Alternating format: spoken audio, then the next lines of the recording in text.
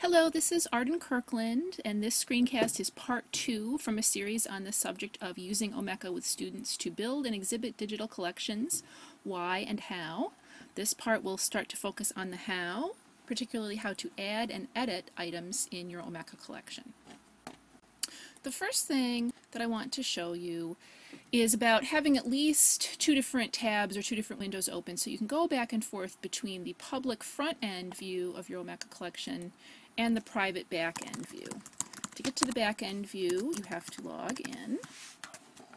So we'll do that right now. And that will open up the dashboard for our Omeka site. Now once we do that, if we go back and refresh our public page, we'll notice that it's changed a little bit. The recent items now are showing some different items. That's because these are items that are not available to the public, but since I'm logged in, I'm able to see some of those private items. While we're here, we're going to click on the tab to contribute information here in the navigation at the top. That's going to take us into a new view that allows us to make a contribution from the front end. So this is the easiest way to set this up so that students can do simple contributions, simple additions of media to the site without having to get into the back end. We can choose a different format to contribute. And this is just a small selection. You can add other kinds of media as well. In this case, we're going to choose an image. And you'll see that when we do, new fields open up that are specific to the image type. Now, in this case, we're going to use a file from Wikimedia Commons. This is an ad for Liberty of London that relates to some objects in our collection.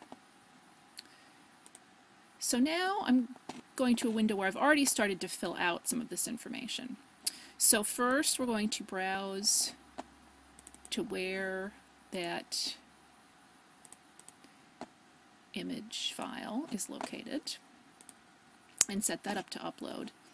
And then we would go through and fill in all these other fields. And for the most part here, I was cutting and pasting from the information on the Wikimedia Commons page. So you'll see there's space for a title, file name, description. As we continue to scroll down,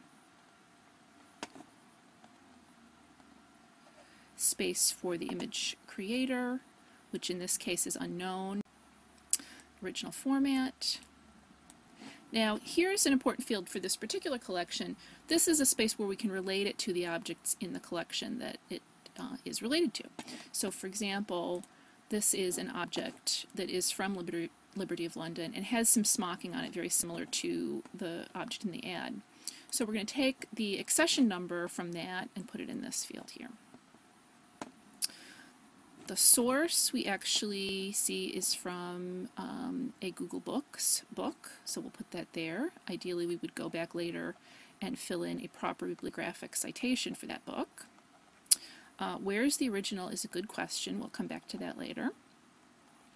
The related website we'll put down as Wikimedia Commons, since that's where we actually got the image from. Creation date, rights. In this case, this image is in the public domain, so we'll leave the rights blank.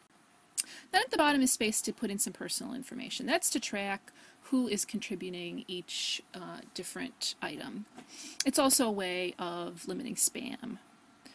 There's a space here to indicate if the items that are contributed should be left private. And then here's a little reCAPTCHA again to prevent spam. So now we'll fill all this in. Check the boxes indicating that we agree to the terms and conditions of the site and click on Contribute. Now once we click on Contribute, two different emails go out.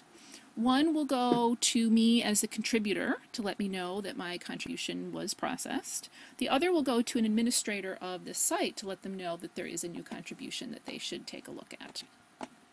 So on that admin side, now in my role as administrator, now I can go into my items view in my dashboard, and sure enough, there it is, Liberty Art Fabrics advertisement. you'll notice that the column here for public is not checked off. All contributions will automatically come in as private so that the admin can decide whether they go into the public view or not.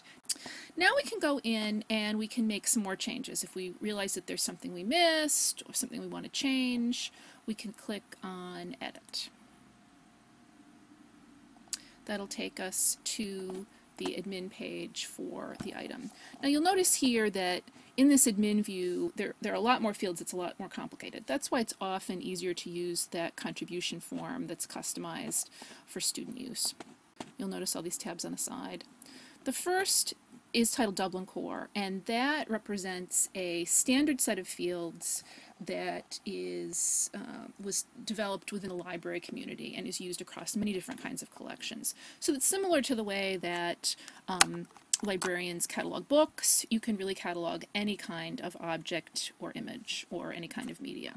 So you'll see as we scroll down, there are a lot of different fields here, and a lot of them are things that for this particular collection we don't really use that often. The change that we're going to make right now, we're going to go into the next tab, which is for item type metadata. Now this relates to choosing your item type, essentially choosing what medium the item represents. So in this case it is a still image. If we change that to a different item type, a different set of fields appropriate to that image would come up. And if you remember, we didn't fill in the field about who owned the book that the image is originally sourced from. But if we were to follow through and go to the Google Books site, here it is, we can actually see that it's from the Harvard College Library. So now we can go back into our page and write that in under the field repository. Now, having made that change, if I was done, I would scroll down to the bottom and click on Save Changes. But before finishing up, I'm just going to show you a couple other tabs here. There's one for collection. This is important to understand some of the structure within the Omeka database. Each item is, you can think of it kind of like a physical item. Then all of these can be grouped in different collections. Now, although there are many different ways of organizing your items, in terms of organizing them in collections, each item can only be in one collection at a time. In the case of this collection, we're using that to separate out not only different kinds of media, but kind of different functions of those media. So in this case, this is a reference image related to costume. So we're going to select that. We're still not going to save yet because we're not done. We're going to go down a few more tabs here. Files, you'll see, here's our JPEG that we uploaded. We could upload additional files for each item. So for example, where we have the costumes, it is possible to put multiple views down as multiple files for one item. We've chosen the convention with this collection, though, to keep it to one file per item, to keep it simplified in terms of that Dublin Core data, so it doesn't get confusing in terms of what you're describing for each different view. The Tags tab is very useful. We can put in different tags that are relevant to our particular item.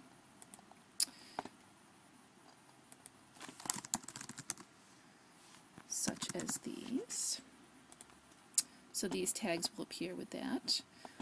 We also could put in an address to put it on the Google map. We could also indicate other relations between this and other items in the collection.